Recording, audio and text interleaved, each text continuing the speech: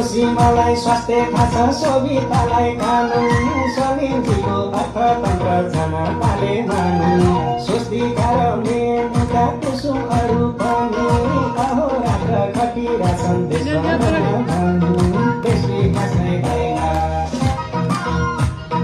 सुन्नुहोस् ए जनताहरू बुझ्नुहोस् ए युवाहरू रासोपा पार्टी बाहेक विकल्प नै छैन रासोपा पार्टी बाहेक विकल्प नै छैन रासोपा पार्टी बाहेक विकल्प नै छैन।